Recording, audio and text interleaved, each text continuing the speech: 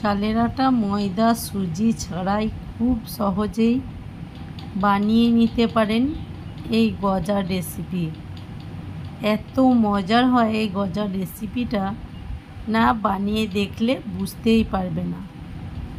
বানাতে খুব সহজ আর খেতে দারুণ মজার। আর গজা বানিয়ে বহুদিন ধরে রেখে খেতেও পারবে।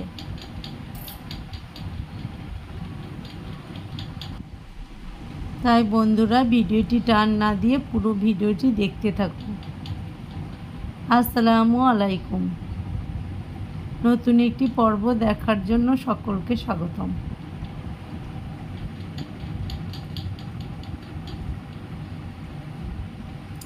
তার জন্য আমি এখানে কি নিয়েছি দেখো, নিয়েছি ব্রেড। আজকে আমি ব্রেড দিয়ে গজা বানিয়ে দেখাবো। আর ব্রেড যে কোনো মুদিখানার দোকানে বা চায়ের দোকানে খোঁজ করলেই পেয়ে যাবে।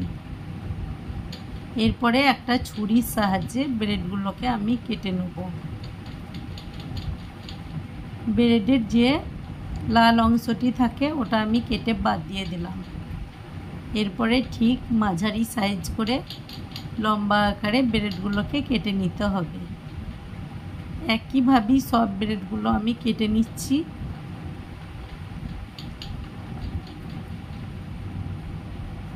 আর ব্রেডগুলো কেমনভাবে কেটেছি সেটাও তোমাদেরকে আমি দেখিয়ে দিচ্ছি। এরপরে ওভেনের মধ্যে একটা কড়াই বসিয়ে দিতে হবে। আর কড়াইয়ে আমি দিয়ে দিয়েছি ঘি। তোমরা যদি ভাবো যে ব্রেডগুলোকে তেল দিয়ে ভেজে নেব, তাও ভেজে নিতে পারো। আমি এখানে ঘি ব্যবহার করেছি। আর ঘি দিয়ে ভাজলে গজার স্বাদটা কিন্তু আরও দ্বিগুণ হয়ে যাবে। তাই চেষ্টা করবে যে ঘি দিয়ে ভেজে নেওয়ার জন্য।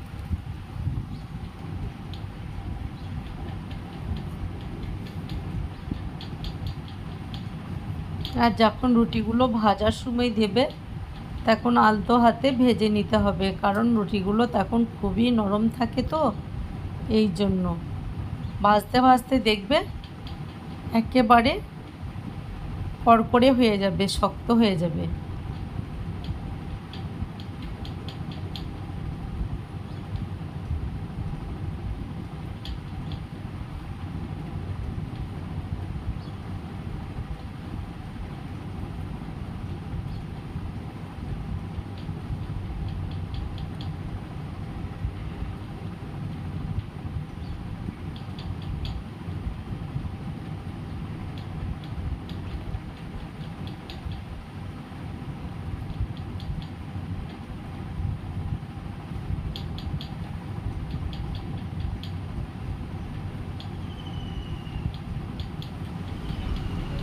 ব্রেডগুলো আমার ভাজা হয়ে গেছে। আমি একটা পাত্রের মধ্যে তুলে নিয়েছি। এরপরে আমি গজা বানাবার জন্য শিরাটা রেডি করে নেব। তার জন্য নিয়েছি আমি ছোট বাটি 1 বাটি চিনি। আর নিয়ে নিলাম ওই বাটির মাপে 1 বাটি পানি। এরপরে হালকা আঁচে জাল করে নিতে হবে।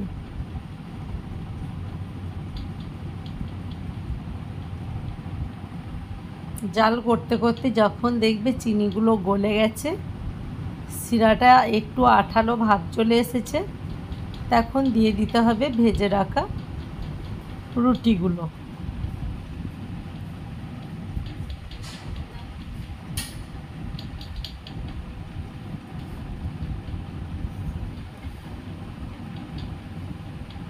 তোমাদেরকে একটু আমি দেখিয়ে দিচ্ছি, দেখো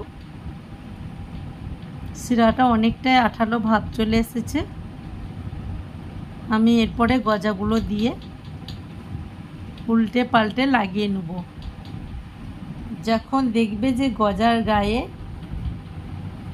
রুটির গায়ে একটা সাদা সাদা ভাব চলে এসেছে, তখন জানবে যে খুব সুন্দর করে মাখানো হয়ে গেছে।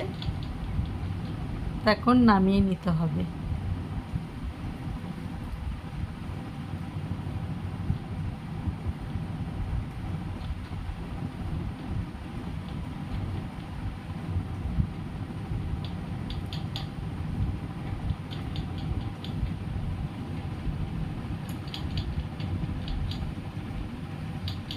এই গজাগুলো খেতে যে এত মজার হয়, না বানিয়ে দেখলে বুঝতে পারবে না। তাই বন্ধুরা ভিডিওটি টান না দিয়ে পুরো ভিডিওটি দেখতে থাকো। আর যদি ভালো লাগে তাহলে আমাকে একটা কমেন্ট করে জানিও যে রেসিপিটা তোমাদের কাছে কেমন লেগেছে। ভাজতে ভাজতে কিন্তু আমার অনেকটাই ভেঙে গেছে। একটু আলতো হাতে ভেজে নিলে কিন্তু ভাঙবে না। আর এটা খেতে এত মজার হয়, আর বানিয়ে অনেক দিন অবধি রেখে খেতে পারবে।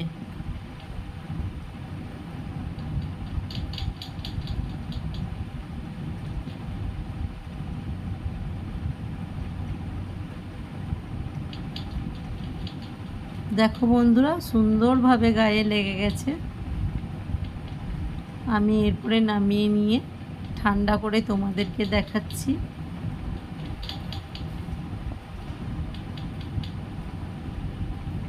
এরপরে ঠান্ডা পুরোপুরি হয়ে গেলে একটা জারের মধ্যে রেখে দিতে পারো।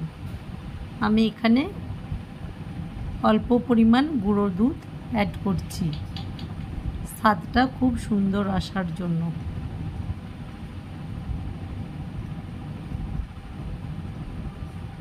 দিয়ে ভালো করে নামিয়ে একটা জারের মধ্যে ভরে নেব। তাই ভিডিওটা যদি ভালো লেগে থাকে তাহলে আমাকে একটা সাবস্ক্রাইব করে দিও ইউটিউব থেকে দেখলে, আর ফেসবুক থেকে দেখলে ফলো করে দিও। তোমরাও ভালো থেকো, সুস্থ থেকো, সাবধানে থেকো, আর সবাই সবারই খেয়াল রেখো। খুব শিগগিরই দেখা হবে পরের একটি রেসিপি নিয়ে। আসসালামু আলাইকুম।